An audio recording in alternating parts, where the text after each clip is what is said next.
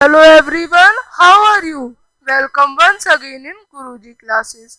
आज हम directorate of education GNCT of Delhi का 17th वर्कशीट डिस्कस करेंगे इंग्लिश की क्लास 9th की।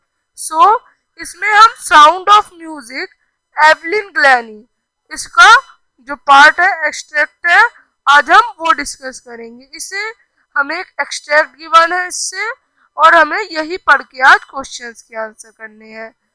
But Evelyn was not going to give up. एक गर्ल थी, वो डीफ हो गई थी, बहरी हो गई थी, पर वो जो थी उसे म्यूजिक बहुत अच्छा लगता था, इसलिए उसने डिसाइड किया कि वो कभी भी हार नहीं मानेगी। She was determined to lead a normal life.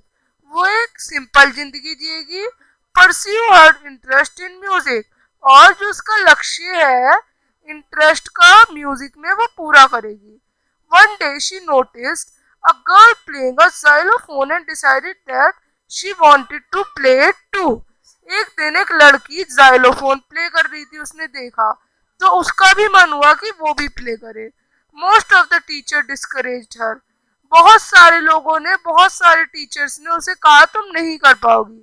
But एक पार्कनिस्ट थे, रोन फोर्ब्स। पार्कनिस्ट मतलब ताल वादक, जो कोई ड्रम वगैरह बजाते हैं, music.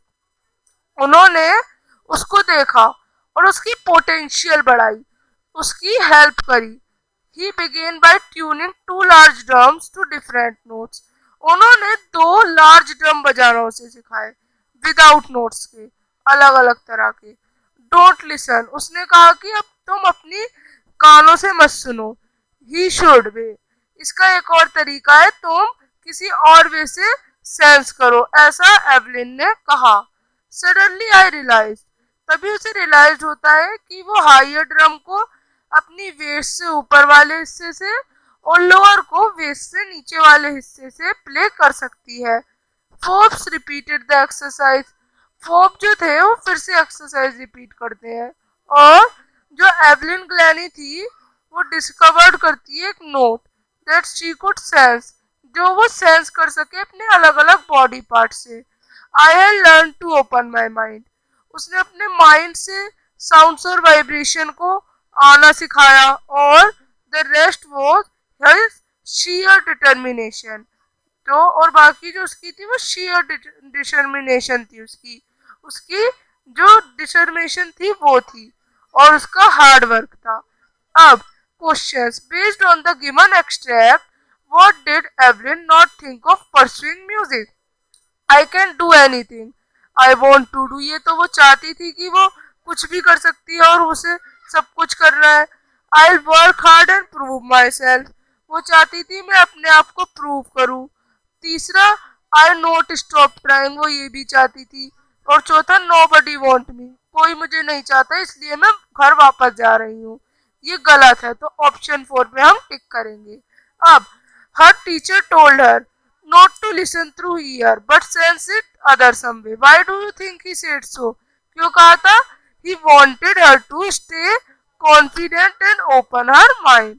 Of which qualities is not highlighted in the Evelyn in the given context, but Evelyn was not going to give up. क्या क्या क्वालिटी नहीं थी? तो क्या क्या क्वालिटी नहीं थी? यहाँ पे हमारी हेल्पलेस की कोई क्वालिटी नहीं थी, यहाँ पे हमारी लेबर की कोई क्वालिटी नहीं थी, और परसिवनेस की भी। तो ये ऑप्शन सही है हमारा। अब स्पॉटेड हर पोटेंशियल, ये है।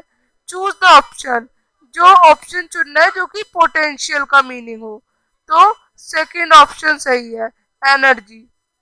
अब pick the suitable quote for the extract. Life greatest achievement is picking ourself and up from failure. Master Cheng ने ये बात बिल्कुल सही कही है। तो इस तरह से वर्कशीट खत्म होती है। अब हम मिलेंगे नेक्स्ट वर्कशीट में, तब तक के लिए बाय।